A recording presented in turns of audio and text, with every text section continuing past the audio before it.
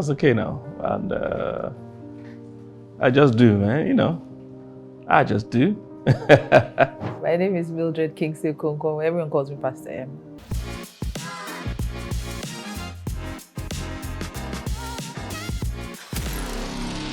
My name is Oluwabumi Gang, and I am the Global Coordinator at Love, Dating and Marriage Ministries. My name is Joy Grant Ekong, aka MG. This is a whole larger scale than whatever it is we've done before. You know, this is just telling me that God is opening doors for LDM, you know, to take what we do beyond just Nigeria, beyond Africa, into larger spaces where we are needed. And I mean, that feels very good. It's been such an interesting, you know, last couple of months, you know, trying to put this together and everything. For the Canada tour, I can see lives being blessed. They're already privileged, they're special, and that's why this tour is for them. And I know that lives will be transformed. Yeah, my name is James Jerry. For me, I find fulfillment in the sense that, you know, where LDM is today and where Pastor K and Pastor M are going to around the world. I'm happy because I was part of at the beginning stage, in the sense that when it wasn't like this, when they were not yet traveling around the world, initially it was just, you know, Love, Dating and Marriage, which was a monthly series. But today, see how far, you know, God has taken them and is taking them. So for me, I find fulfillment seeing that some of the works we've done in the past are blessing lives. People are seeing them on social media, they're watching them on YouTube, you know, and a lot of marriages have been restored, a lot of relationships also have been restored. So for me, yes, I may not necessarily physically go on the tour, but seeing that what I do or what we do is going with them, it gives me fulfillment. My name is Amaka Samueliani. Like I said, I think it's amazing. I've never been to Canada before. Interestingly, I've been to various countries all over the world, but I've never been to Canada, so it would be good to see Canada. But and I hear it's very big, so I think it's amazing. I think what we're doing, the mission and the vision is clear, and it's also something to look forward to be part of. I think it's amazing to take this word to various people, and you can see when I talk to the city leads, you can see their enthusiasm, you can see their drive, you can see that they are so excited about Pastor K and Pastor M coming to their city. So I'm excited. I'm tired because I mean, I've been having a lot of sleepless nights, a lot of meetings in the middle of the night, but I'm still excited, and I look forward to meeting every single one of my team leads, of the volunteers that are part of this. So it's a great opportunity. I thank God for the opportunity, and I look forward to it. My name is Gideon Vese. My name is Chisom. I know that God sent me here. I literally did not have a plan to be working. In fact, before I joined this organization, I was promoted in my former place of work as an engineer. But then at the same time, I also had that's the offer to join the team. And in fact, at that point, I didn't even know what I was doing. I just accepted because I knew God was telling me to go there. I was just learning how to listen to God then, you know, and I joined and I followed him, and he has been showing me more and more. So I'm here because of God. I can give 2 or 3 reasons why I do this. Number 1 is because of God. He's very strategic when it comes to me and very deliberate and intentional with mapping out my life. And I have noticed from the patterns and the way my life has gone over the past 30 years. So I know that I'm here because God wants me to be here. That's reason 1. Reason 2, I love Pastor Mildred. I'm not like that with a lot of people, trust me. But I love Pastor Mildred. Yeah, my heart, I love Pastor Mildred, so I'm here. And number 3, I just want to be where God wants me to be. And if he's here, then I'm here. My name is Favor Afeluakpe. I love the vision of impacting marriages. I know that what they are doing is touching lives and generations yet unborn. So when I remember that these books are going to go to places they won't get to, or people that really need these deliverances in their marriage will read it. So it gets me up, this thing must come out. No, this particular research must be there so that in years to come, they see it and they're equally blessed. So it's that I want more people to be blessed, and I know that it would outlive them. So that's what drives me. And I work with people that are excellence driven. So you cannot give anything short of excellence. So I know what they want and I have to interpret that vision. So that's what drives me, excellence and impact. My name is Blessing Judokeke. A lot of money goes into this. The tickets do not even scratch anything on the bill for these tours. This is totally God at work. So the funds for these tours come from partners, comes from seeds, comes from PK, comes from PM, and well-meaning people. Papa always starts from the end. Like he always says, okay, let's do this, even when we do not have the funds to run the event or the tour. So every time he says it, my calculator mind comes out like, we can't afford this. We can't. Like, how do we pay for this? How do we do this? How do we do this? But, from experience, what I just do, first of all, is keep quiet. I make sure I never say we don't have. I make sure I never say that.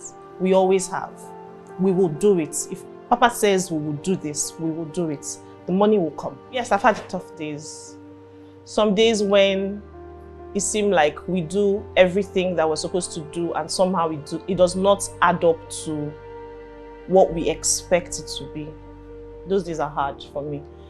I'm very self-critical, so if something that we have planned doesn't work, even when everybody has moved on, those things are still going on in my head, that how did you make this thing feel? So those days are bad for me. But because I'm a very happy person, nobody knows. And funny enough, I'm saying this for the first time to the hearing of people. Nobody knows that I am very self-critical. So I'm going through it in my head, and I just have to ask Holy Spirit to, take it away. But those days are really hard for me. If something that we have planned does not go the way it should, So those days are hard for me. Okay, interestingly, I think that every day at LDM is challenging because there's always, there's something new, there's something new to be done. I would say I had a tough season, not necessarily day, and this was maybe towards the end of last year. Just felt like everything I was doing wasn't coming to fruition. It just felt, I felt less productive, and I'm big on making impact. So if I feel like I'm in a place and I'm not making impact, then it does affect me. So I think that, that period, I just felt like everything I was doing wasn't panning out, and I felt very unproductive. So yeah, it was a really tough season for me, but I can't pick a particular day. But yeah, it was, I think I cried a lot in that season, really. But yeah. I was the toughest day. I was the toughest days. When we have to do a roller coaster, a TikTok movement, we come back from here, and the next day is the only day we have to breathe, because the next day we are either flying to another place. Those are the toughest days, when we have to shuffle in between cities or countries within few hours or few days, because it means you have to pack for this and pack for this and pack for this and ensure you are not leaving anything out. It's a TikTok, and your plans also have to be TikTok. PK is spontaneous, so you have to be spontaneous. He doesn't like excuses. You must ensure not to give him an excuse when he's asking for something or when he needs something. So I would say those are the toughest days. The craziest day I've had. I think the craziest day I've had was the day I had so because I'm the global coordinator and we're doing conferences in 3 countries, basically Canada, the US and UK. I think the craziest day was, in fact, I'll say the craziest weekend, where I had to have meetings with both UK, Canada, and US at different points in time. In fact, there was a weekend that I had to have meetings back to back from 6 p.m. Till about maybe 1 a.m. in the morning, and different people, different meetings, different things. It was exhausting, and the following day was church. So you can imagine, I had to be in church by 7. I had to, because I'll go to the mainland as well, the mainland island church, mainland DCC church. So having all those meetings, by the time I was done, I think by the time I was at the 1 a.m. Meeting, I was drunk. I was like, oh, I don't know what I'm saying. All right, guys, keep moving. Let's get. You have to kind of keep up the same energy. And the people I'm speaking to at 1 a.m.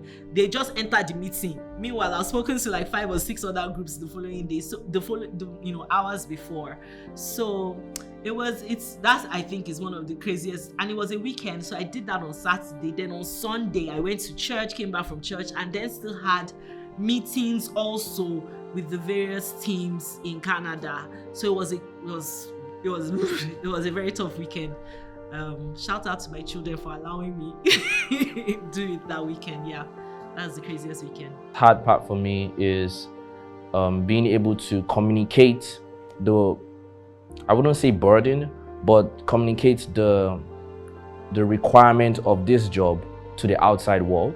So many times people really don't understand what it takes to do this. So they kind of sometimes just think. In fact, let me just share this. I was talking to someone recently. He's in my department that's in church, not in LDM. And the person finally found out what I was doing, because I usually don't just say it everywhere I go. And the person was like, oh wow, I can't wait for you to resign. I was like, okay, no problem. I was like, no problem. What do you do?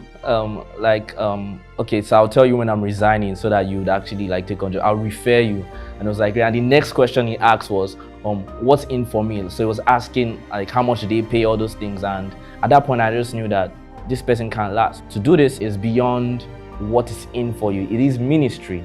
So whenever people come up with those kind of those statements, what's in for me, or what do I get, you just realize that it takes more than a normal person. It takes someone who is sacrificial to actually be here.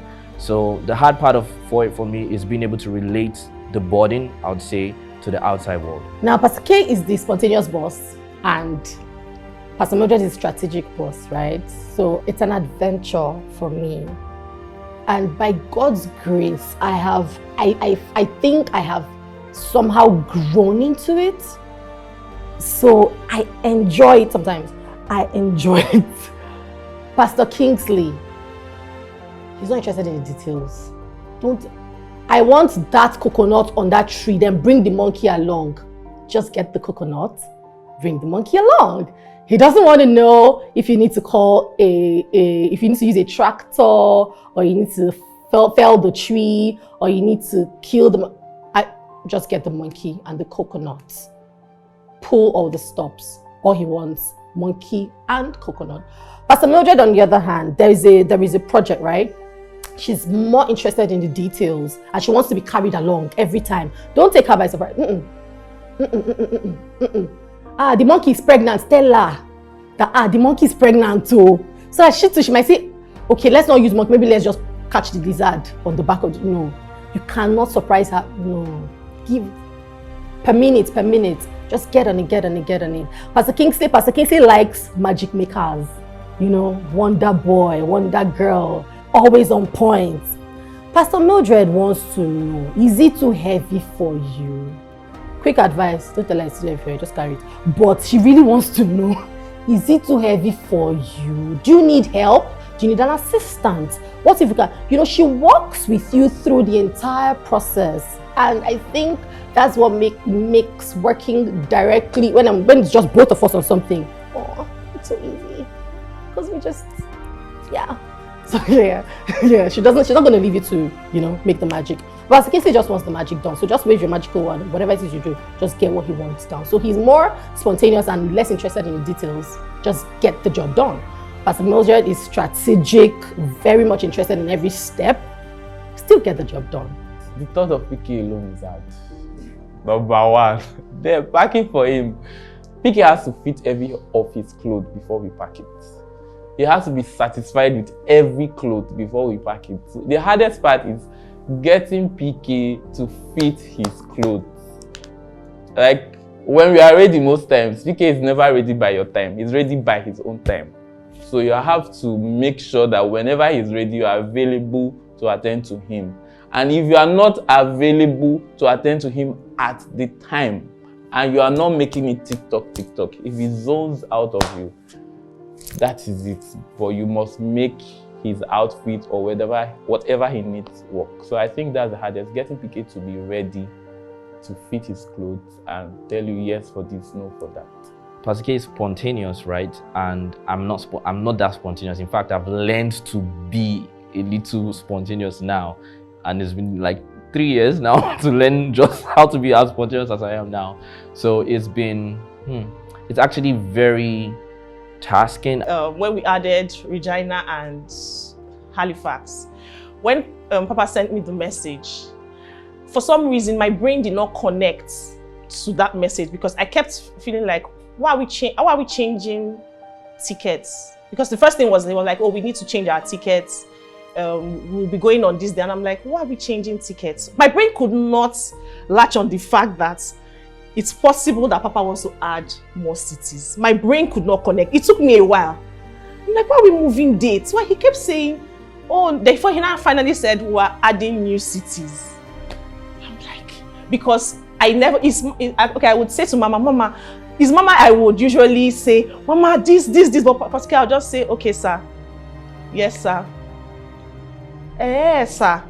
That's what I said to him. I never give details. I never say more than, I just say to, when I get to meet Mama or I'm talking to her, I'll say, Mama, can you imagine, see this, then somehow I will just talk about it. But, well, when this one happened, I said, okay, sir, to Pastor K, I went back and said, Holy Spirit, well, I know that Papa did not come up with this thing by himself, but Holy Spirit, how are we going to do this? You see where he would say, maybe he's preaching in church, and then he just says, so everybody, my book, and he mentions the name of the book. You can get it at the end of the month, or you can get it next week, and you're like, which book is this? The book is not yet, it's just words. The book is not yet out, and because he has said it, he has mentioned the name of the book in advance, you have to get to work. So I have to get to work and ensure that the word becomes flesh and you see the book. Sometimes he says, I've even autographed the books. And so we have to ensure that those words actually become flesh. This Canada tour, we've been planning it for quite some time. And the cities we agreed on were 5 cities. So we've made and concluded plans for 5 cities. I'd already concluded the amount of books I'm sending, made calculations, and crossed all my T's and dotted all my I's on everything for the 5 cities. And after conclusions were done, PK comes up, we're adding 2 more cities. It's now 7 cities. I thought it was a joke until I saw flyers.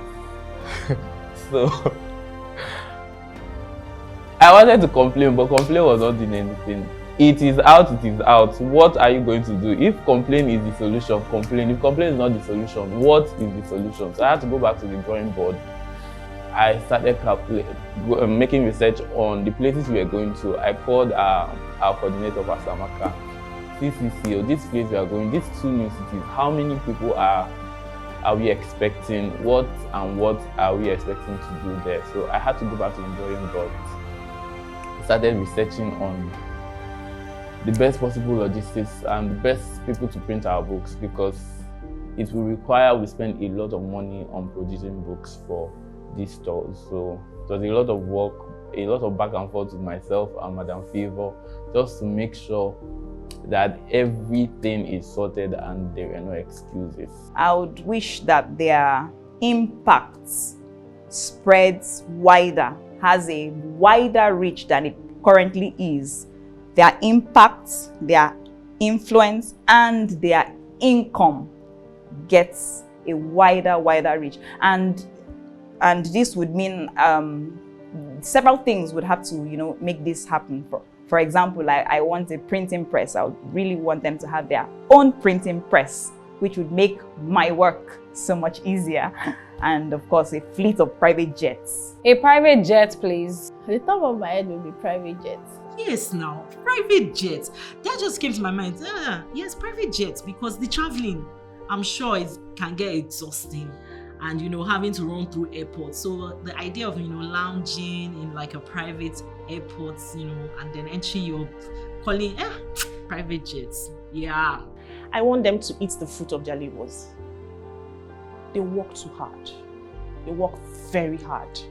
And sometimes when they show up, it seems like, oh, is it just to come on stage and just talk, and Pastor K is pouring out his heart, he's pouring out, There is the reward that God gives, and there's also the reward that you get when you see the lives that are being blessed, when it also adds up in other things, So I want them to be happy, like satisfied that they're actually doing something. Because on many days, I feel like they can feel like they're not really doing much. When they see that as much as they're preaching,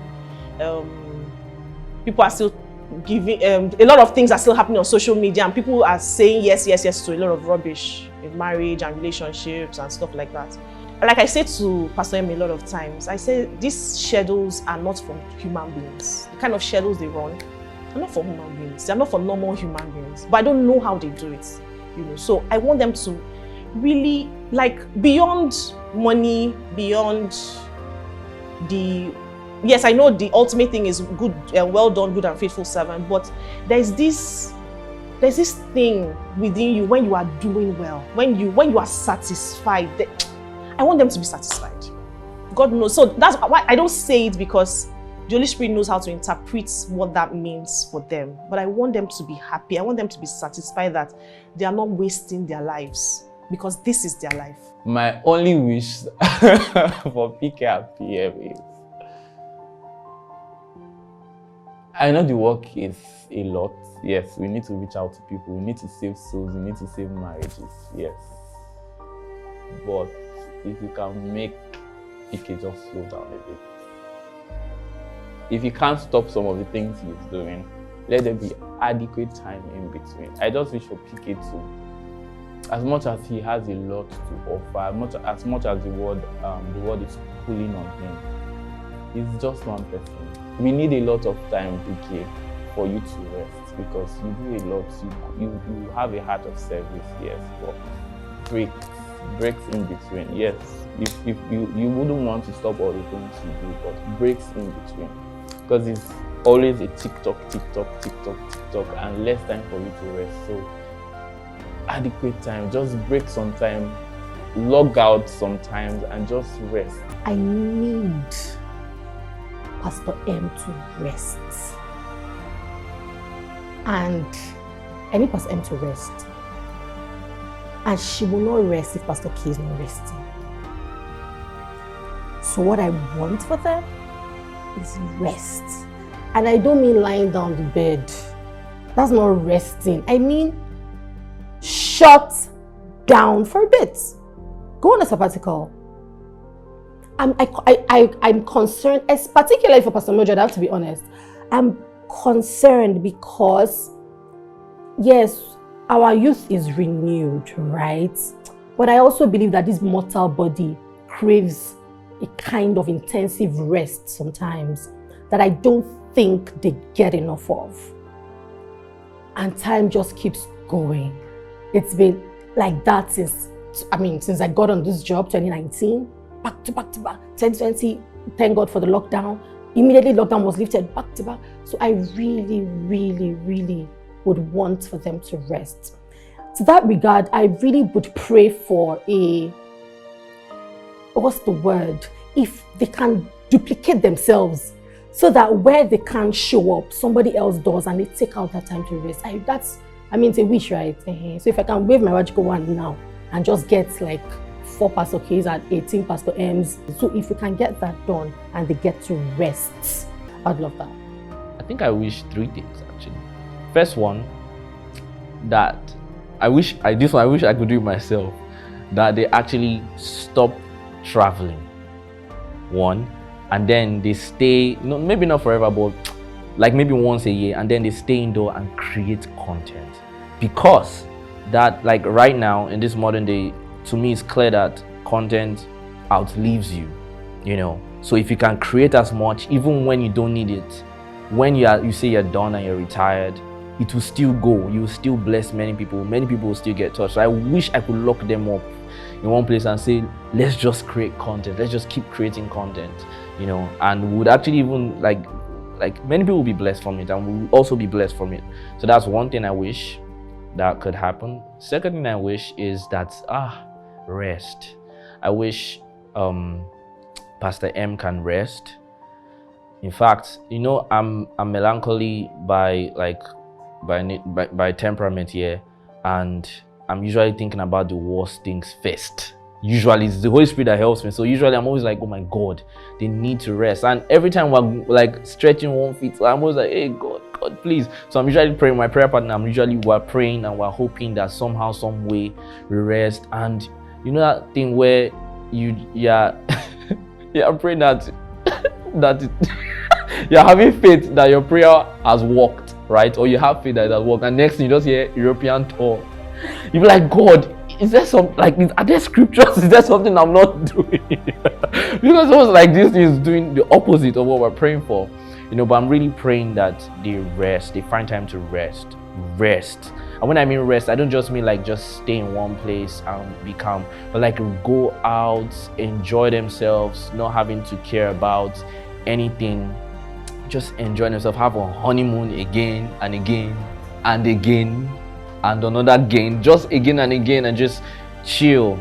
And then the third thing I really wish for them is that it's still tied to rest, that they actually have time, for the kids. I know that they actually do have time for the kids, and I've seen them prioritize like quality over quantity. I've seen that. In fact, I'm learning a lot.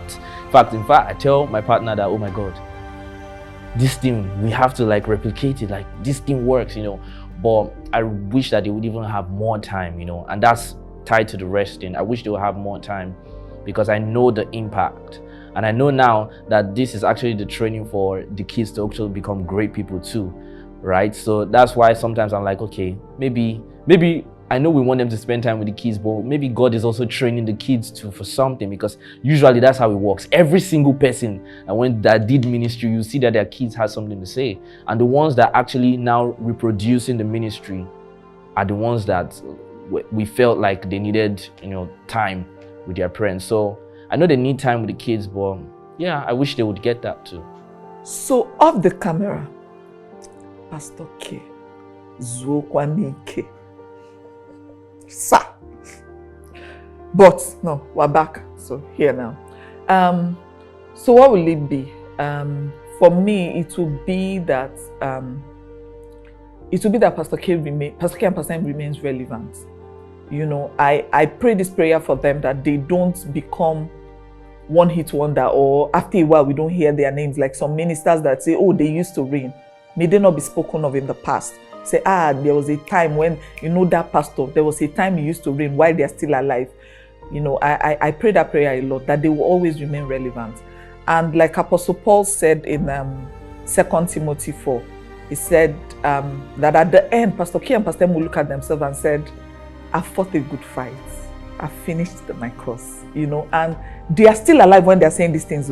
There is not that they are now old and they're still strong, and they will have a knowing that they finished the work, and they've handed over the baton to the other people, to the likes of Chisom and Gideon and us, and and they will be happy, and they see us doing great things, and Pastor M more especially will look back and see her children doing ministry. And she's relaxed and they're doing ministry, and that's my greatest desire. And then she will rest. Hey God, she will rest. She will rest. I know I said the other one is off camera, but Papa, please rest just a little bit. I know souls are perishing. Trust me, I'm on it with you. Souls are perishing. They need to come to the light, but we rest a bit so that we have the energy to meet the other people that are still looking for.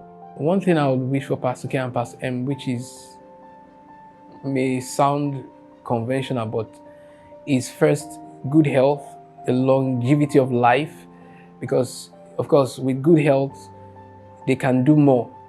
And then one other thing I wish for them is for them to have all that their heart desires, that they would enjoy at the same time their labor of love, because what they're doing is sacrifice. So, and it's out of love for their love to see that marriages are healed, relationships are restored. So my prayer is that they would reap the fruit of their labor, and they will be proud of also what they have done over the years. Basically, if we have a guest coming in, like the name entails, everything welfare, everything from booking their hotel rooms, from the food, the hotel setup, green room setup to make sure that they are comfortable, everything just to make the pastor or the minister comfortable before they deliver the message, because we believe that you have to be comfortable first of all, well taken care of, so that we can take everything you brought, every ministration that you came to deliver. When Pastor M is not around, her children and my children are friends. They're almost of, I think it's just one, no, two. Two of our children are almost of the same age range, so they are best friends. Yes, best friends. They are best friends. So, because we also live on the same streets, no, let me not preach up a message because something's coming up. So, because we live on the same street, so when she's not around, I have to check up on the kids. Have they eaten? Are they okay? Sometimes I just bring them over, stay with the children, play with the children. Sometimes I let my own children go over there. So, the fact that she considers me a second mommy to her kids, it's just, an honor and very amazing. And I blend well with them. We understand ourselves. I love children, not adults. Children.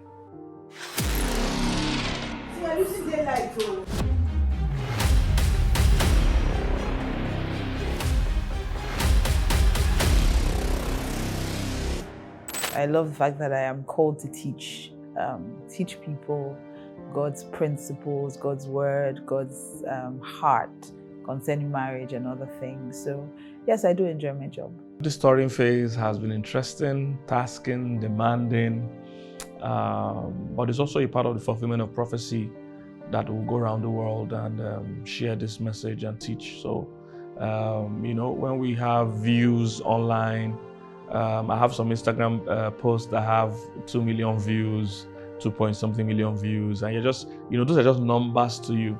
But when you travel around like that, you're actually seeing these numbers as human beings, because people walk up to you and say, oh, I watch your videos, I follow you. Sometimes not even people at the venue, it's people you meet at the supermarket, at the stores, at the airport, on the plane. So it just puts faces to the numbers. So it's something we're happy about. Yes, it's demanding, it's tasking, it's not easy being a pastor and being on the road all the time. It's not easy also on our kids. They're a major part of this sacrifice, but we bridge the gap. Basically, that's how we do it. We schedule times that we need to be in church. We also schedule times to be with our family, our kids. For instance, every holiday we're together because they are not in school. That means they can travel with us. So we're together no matter where we go in the world. So we plan and structure our itinerary that way.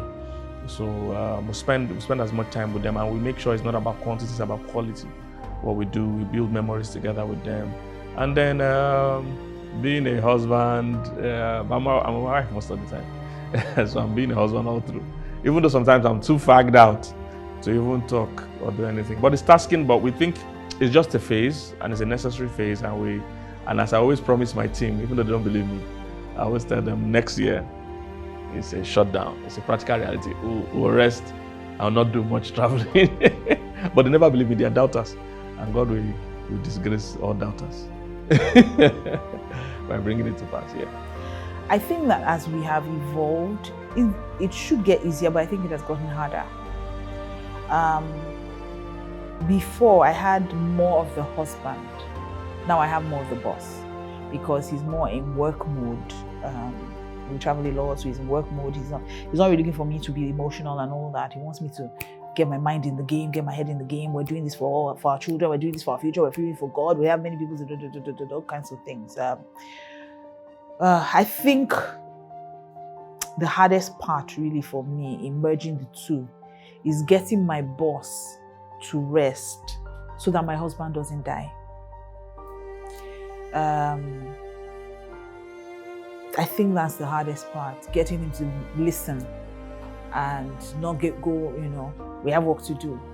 I want my husband alive, because if anything happens to him, all of that. So I think in those moments, being able to remove my emotions from the job is hard because I'm emotionally invested in my boss.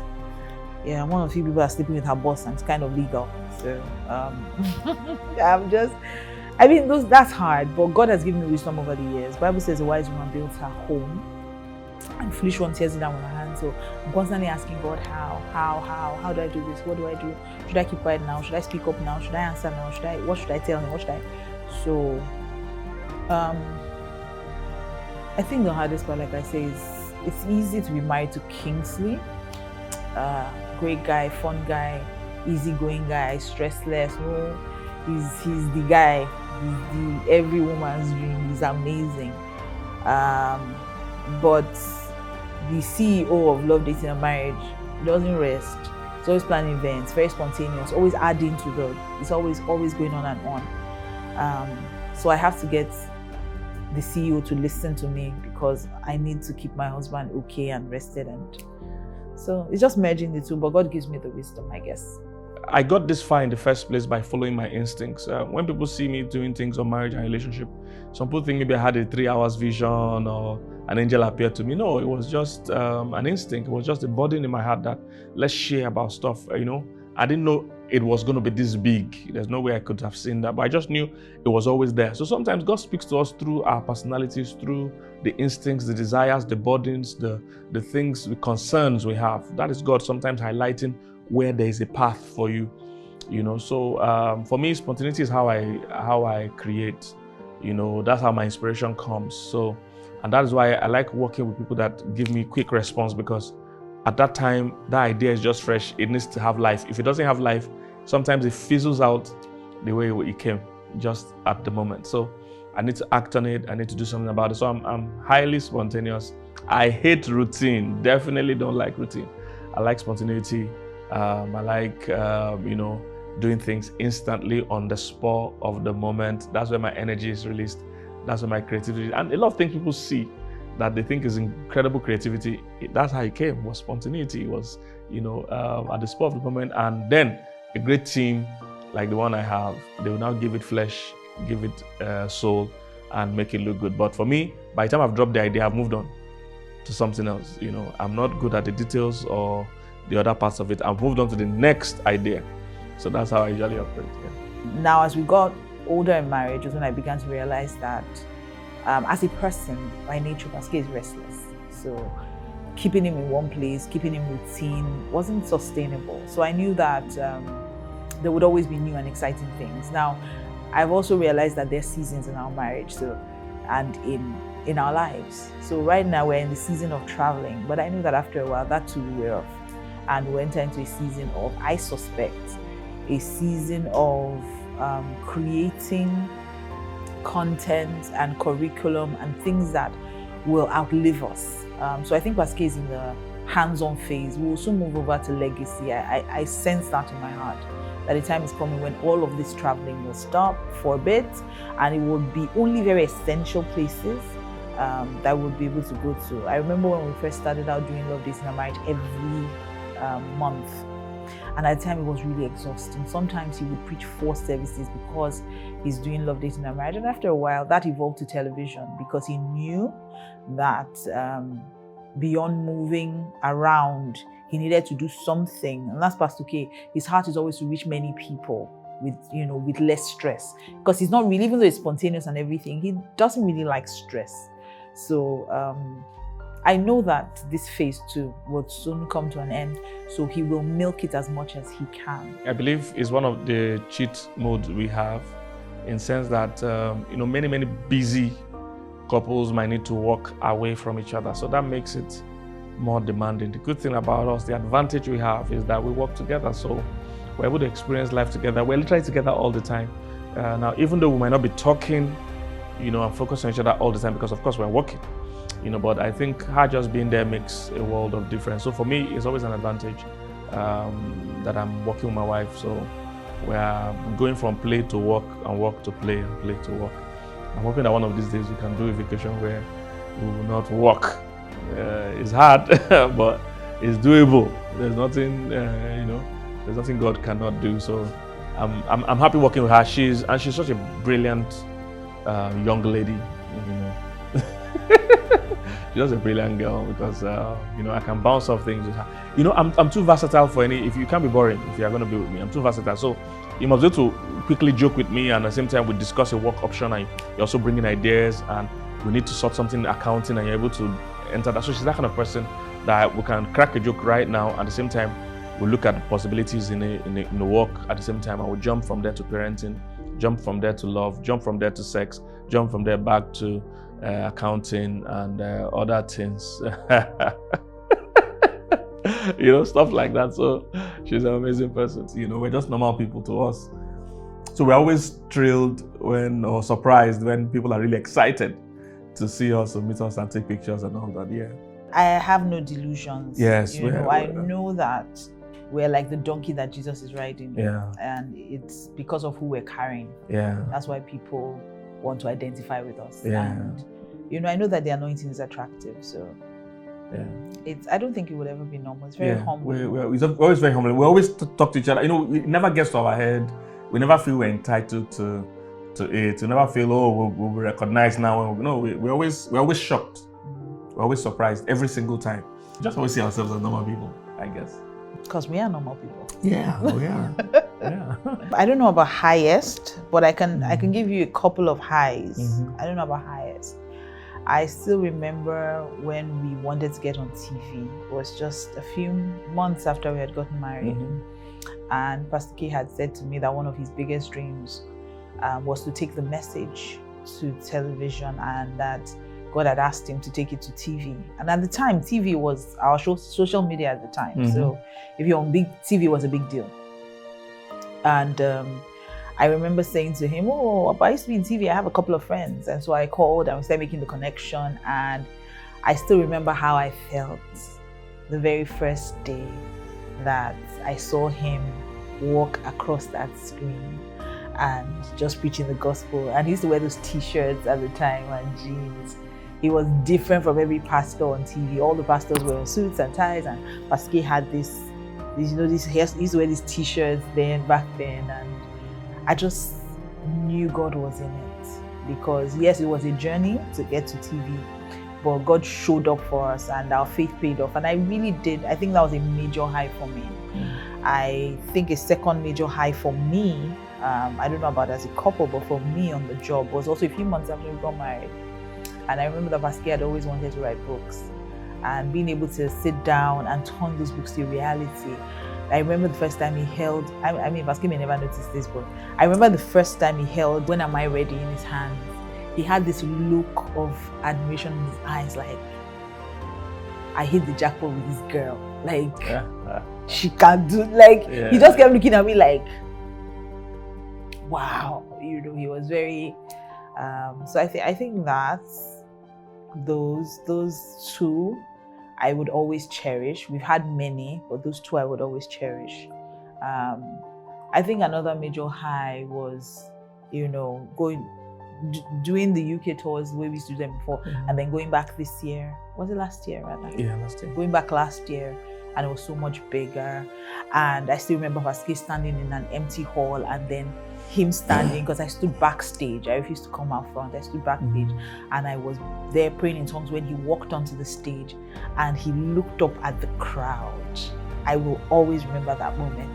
That was the beginning of the tours again for us, and that was a big deal for me. For the highs, I don't know if you have any high. Yeah, well, everything you've said definitely is among the highs. Maybe on the highs, whenever we really run into someone that really has a story of how what we do has blessed them and changed their life. So for me, that's always a high. And I think my lowest lows would be every time I have to leave my children behind. It's one of the hardest things for me to do, and it makes me really sad because I feel like they need me. At this stage especially, because they're still very young. But I also know that I am smack in the center of what God will have me do at this time. And every time Lucy tells me that he'll take care of my children, you know. My part of the job is not so difficult. I just come up with the vision. That's part of the job. Let's go to Paris, or let's go to New York. That's just my part of it. From there, I'm done. the rest, she takes over, then the rest of the team. That's just the only way it could have worked because we have a great team. A lot of people are working, so that's why it works. My part of the job is just come up with the idea, come up with the things, like what I want to teach in the meeting, coming up with the book ideas, things like that, but making it a reality is where she comes in. So when we have tours like this, I think the first thing usually is to get a sense of what Pastor K wants. You know, we're going to Canada, how many cities do you want to do? And I'm praying half the time that he doesn't add unrealistic targets, because a lot of times they are. And I often jokingly tell my team that I think sometimes we should fail so that he gets a sense of these people can fail, so he doesn't come up with crazier dreams. But I think the first thing would be to get a sense of what he wants, who is the target audience, what are we trying to achieve. Then we have many decisions. I need to decide, is it going to be paid? Is it going to be free? I need to decide venues, we need to decide team leads. So my job is to pick leaders, and I do a couple of meetings at the beginning with them. I kind of hand over to Pastor Amaka, who by the way is phenomenal. You know, I've literally trained Amaka to do my job. So I kind of just walk myself out of a job every time. So I just train Pastor Amaka to do and think like me. So most of the time what I do is I'm working with her, she's working with everyone else. Because I want to get to the stage where she can make decisions without me. So I would try to push myself up again, where she's now working with another person who she's training to be like her. So we're just creating structures and systems so that we don't wear ourselves out, because it's not sustainable. But usually my major function is to get a sense of the vision, break it down to bite-sized pieces, pick leaders who I can trust, and then empower them to go and guide them where they go. Yeah. One of the things I also do is to find out who I know in the city too. So if I go into the city, I start looking through my phone list, who are the people I have in that city, because somehow they usually come in handy, useful somewhere, either in terms of information about the city, ideas about the city, or things like that. Venues, they're usually very helpful, so yes. Honestly, I just hope that we're in the center of God's will. One of my biggest fears would be to run without God. You know, something can be so good, and you just keep moving when God is not in it. So I know that God has said to me that we will always be relevant, and that's one of the things I stand on. However, I would always want to know in what area. Sometimes I feel like God is in the premarital. Sometimes he's saying to us, no, focus on the married people. Yeah. Sometimes he's saying to us, oh no, you are leaving the single moms behind. Yeah, children, sometimes parenting. Sometimes, there's abuse, there's this. So he just keeps directing us. So I'm hoping that in a couple of years from now, we'll have LDM as a body that is empowering other bodies. So other people are growing from it. So in a couple of years, I'm trusting God that we won't be the only ones doing this. That would have empowered so many people, and they were so great at it. And they can connect where that greatness, the wisdom, the structure, and everything they have today came from. They can say, because of these people, they inspired us to run. Because of them, they empowered us to do this. So I'm really hoping that LDM is not just about only two of us after a while, but that it brings joy to many homes, because many more people are doing what they do. I think that we're not going to be able to do this alone. So I'm really trusting God that it's much bigger than that. I'm trusting God it stays relevant, but my biggest thing is that we are right in the center of God's will. It's very important. For me, definitely, I see it being a global phenomenon, global name, global brand, global message, resourcing the world. Right now, I know we are quite well known in some parts of the world, but my dream is that God will, through us, develop models, messages, structure, systems, courses, principles that will literally help marriages all over the world. That a time will come when our books or our materials will be household names everywhere, that literally everybody on the street will know something or be blessed by something we have created or taught. That is our dream. Our dream also is that we're able to resource the body of Christ. That's how I see it. The way people like John Maxwell has resourced both the body of Christ and even the world at large on leadership is what I dream of, that I will resource the body of Christ, because we're not yet as resourced as we should be maritally. People just give random advice, random counsel. In fact, some of the worst advice we've ever heard have come from pastors or from churches. So my dream is that we'll be the go-to name, that if churches want to train their counselors, train their people, they will look us up. Want to resource the body of Christ and raise more and more counselors. We can't travel, we can't keep traveling like this throughout our lives. We know that, so we want to have... You know that? Yeah, we can't. We need to sometimes just chill. So we want to resource the body of Christ and help people all over the world. And raise more and more counselors, more coaches, marital coaches, and see better marriages all over the world because of what we have done.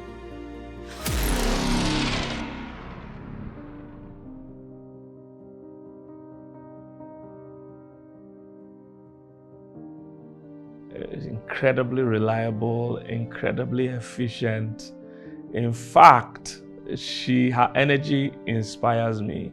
Even when I feel like, giving up, and a lot of times I'm just tired, I'm fagged out. But Amaka never has a bad day, no matter what it is. Once you just call her and share something with her, she'll run with it. Even though sometimes she'll go and cry with Pastor Mildred, but she does it with me. No matter what I tell her, Amaka, I want us to be on the road for 366 days. She'll say, give me the plan. What is it going to be? And she's going to take it. But she can go and tell Pastor Mildred that we can't run. No, but she gives me the kind of energy I need. And I'm that kind of person. I feed off energy. Once I share an idea with you and you're killing it and downing it, no, you just kill the inspiration. I need people that bounce, that give me back the energy. And Amaka is one of those people that do that. She's phenomenal. And how she needs to share with us how she juggles all the different aspects of her life, because she has a family, she's a top executive at her job. She runs church, and she also coordinates most of our LDM operations and all that. So phenomenal. Yeah, Blessing used to be very good energy, but now she's too interested in managing. She wants to manage money. She wants to those beginning days. Blessing, if I tell Blessing, let's go and buy the whole of Norway, Blessing will start contacting the agents. How much is it? But now Blessing is too. She wants to save money for everybody. She wants to save money for church, save money for ministry. So now when I tell her things, she's trying to cut it. But Blessing, she's very reliable, very trustworthy. The honest truth is that we don't scrutinize, we don't chase all the cover. But Blessing is good at chasing all the little dollar, $1 here. She'll chase it and find out where it is going, which is very good because I usually don't have the strength for that. Gideon have ups and downs. There are times Gideon energy is high and he's churning out ideas. And some other time I'm literally chasing him, looking for him. But he's phenomenal, great energy also. If you work with me, you have to have energy because I don't have opening hours, I don't have closing hours. So Gideon is one of those people that at 3 a.m. we can still be making plans. I like that because that's my own creative time. So if you're the kind of person that can't reach you at 3 a.m., I don't like it. But Gideon, it's a bad habit, but we are awake at odd times of the day and we can talk. So yes, phenomenal guy. Like I said, when his energy is high, incredibly creative. When he's worried about the cares of this world and about souls that are perishing and people don't work in their purpose, it's a different issue. Bumi, slow and steady. She's steady, but she can do things at her own pace. And for me, because let's do now, but me just slow you down. Say, yes, we'll do it tomorrow. Or you will get later in the day. And it's just phenomenal, but she's slow and steady. She's there. She's one person you can be sure she's going to be there. And she's good with that, yes. Favor is another person that gives me incredible energy. Favor too never has a bad day. I've never spoken to Favor and she said, I'm not happy. No. Great energy. Favor never says no. She never says anything is impossible. If you tell Favor, let's get a book out today, let's write a book and get it out today, she will get on it today. So she has incredible energy. I love her energy, and I've been telling Pastor Mildred, this is the kind of person I like to work with me. She gives me the energy, and Pastor Mildred doesn't want to release her, but Favor is incredible. She's one of the people that when I have a fresh idea and I need it to gain traction, she's one of the people I send the message to. Dochi is an amazing person. Dochi plays a very relevant part to this team because he has the soul, he has the heart. Many of the other guys on the team don't have soul and heart. Gideon, she's somebody who don't have soul and heart. But Dochi, if I send a message to the group, we have a group for those that are in the house. Dochi is the one person, no matter what, when the message arrives or whatever, Dochi will answer the message. Even when it's a joke, Dochi doesn't even know when there's a joke. He's gonna reply you very compassionately, very seriously. But the other ones, if you send a message for 2 days, they've not responded. Those ones don't have heart, they don't have soul. They don't. But Dochi is the one with soul, and he is such a resource to all of us because Dochi can do makeup, Dochi can pick clothes, Dochi can cook, Dochi can take care of children, Dochi can sell. So he's an incredible resource to the team. But above everything, I love his heart. And as he's gentle like that, he's incredibly resourceful. He's one of the people that if I give an assignment to, if I have an assignment I know I can forget, I'll give it to Dochi because I know he will follow through. Some things, if I give Gideon, if I forget, he too will forget. It will just go. He's himself. But if I give Dochi, he feels if he doesn't do it, he has conscience, like I said, he has soul. The other ones, they don't have soul. If they don't do it, they don't move on to other things. Because I'm coming up with things every day. But Dochi, it will pain Dochi. He will feel bad, if he doesn't do it. So yes, I capitalize on his good heart sometimes and take advantage of him, yes.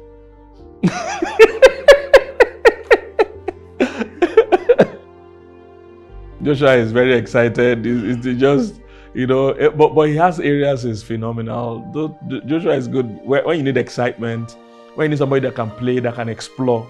He's a sanguine like me, so there are things he's the one that can do it. Playing with the children sometimes, going to do fun things, creativity. When we traveled to Dubai one time and we're doing, looking for things to do, Joshua is the go-to guy. He's not burdened with all the ministry things we are burdened about. He's always that, let's just go have fun, let's have a great time.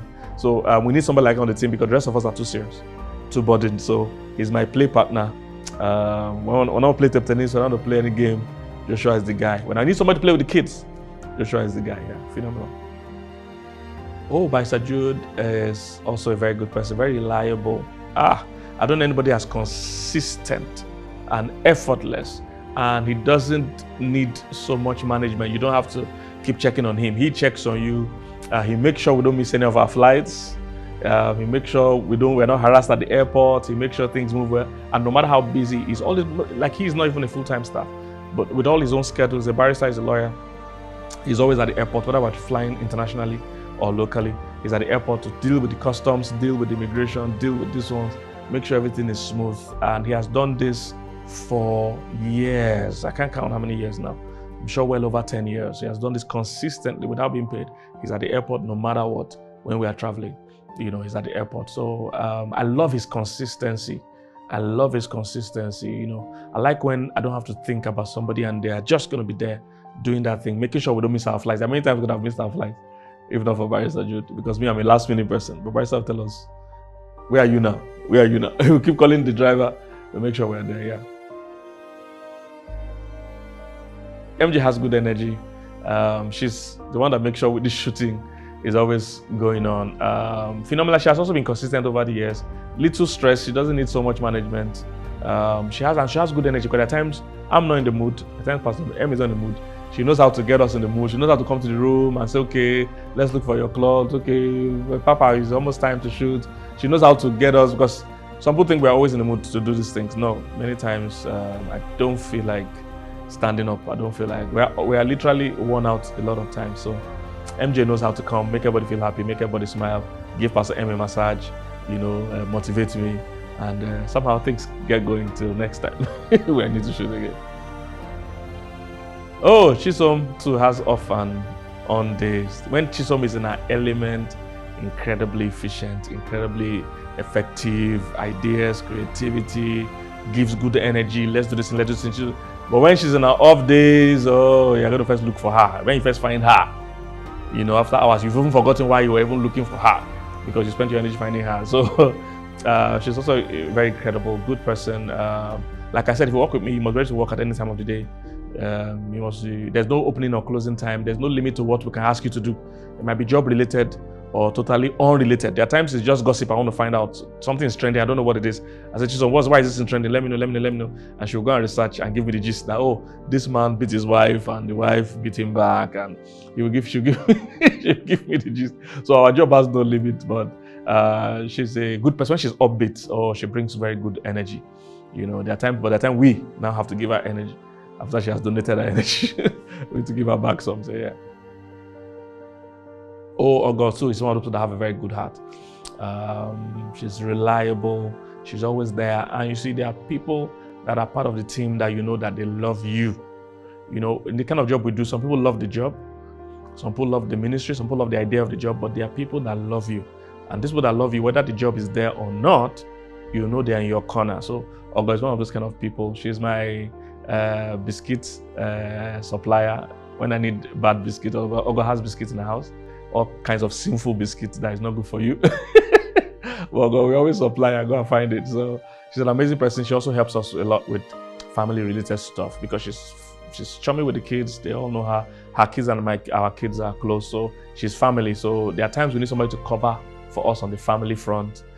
She's one of those. She's ever willing, ever reliable. And as she's soft and fragile, she's also very strong. She can put on the energy, or can drive from one country to another country if you need her to do so. You know, she looks fragile and soft, but she also has energy, and we need people like that all the time in the kind of job we do. So she's phenomenal.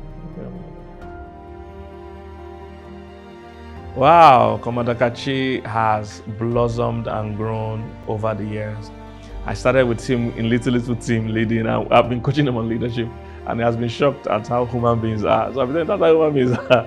So, but he has grown. Again, for me, the kind of thing I do, consistency is important. Commitment is important because we are being pulled on every side. So whenever we get really a reliable person that relieves us of stress, it goes a long way. So Commander Kachi is one of those people with all his busy schedule and all that. I've never felt a distance before. He's always consistent, always committed. And I don't know what's going on in his own life. I have other things he's sorting about. You know, he's always there, always reliable, detailed. When he does our ticket connection in America, some people I like booking my tickets. He does it so smoothly. You know, he sends us our boarding pass. Everything is so smooth when Commander Kachi is in charge. And so he's phenomenal. He makes Canada, anything we do in Canada, you know, very easy, very doable. So he's somebody really I'm proud of and I'm happy about. Phenomenal guy. And this whole Canada trip, he has been phenomenal in organizing the team, working with all the team all over the provinces. So we love him, phenomenal guy. Dami is another amazing person. She doesn't look like that, but she has incredible energy. She will look like she's not doing much, but she's doing so much, you know, but she just does it as if, we will call them, you know, with ease, but she's getting a lot done, you know. She should be more stressed than she looks, but she just does a lot of things with ease. I don't know how she gets along with her team. She's a great organizer. She's detailed and motivated at the same time. Usually, people that are detailed when they're motivated, people that are motivated when they're detailed, but she's one of those people that are both detailed and motivated. And in the UK, she makes things in the UK work very smoothly. And it has been so. The last seminar conference we had in the UK, phenomenal. We were not stressed at all. We just came in. We didn't even have time to do meet and greet to volunteers. We just came in for the meeting. And she didn't only organize the conference, she even organized our kids while we were at the UK, took them out and things like that. So that is definitely an asset to any team. She's just a phenomenal leader, phenomenal team player, great energy. You know, she's one of those people that never have a bad day. Most times, even when she's sick and you're talking to her, she will not tell you all her own things she's dealing with. She will just, you know, get on it. So yeah, great person. Because we are pastors, our resident pastors are phenomenal people. They're the ones that make it possible for us to travel around the world. So we have people that pastor the people. Because our people at home still need pastoral care.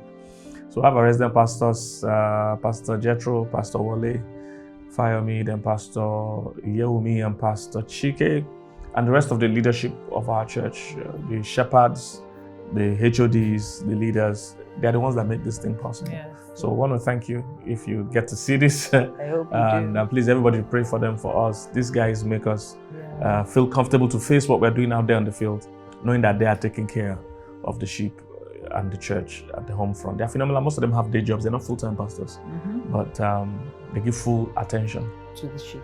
To the sheep. So God bless you. Thank you. Love Dating and Married. I keep saying to Pastor K, I think we haven't scratched the surface yet. And I think that because it looks like a lot has happened and a lot is happening, that people think that, oh, you guys are doing great, but every time I pray about it, I feel like we haven't scratched the surface. So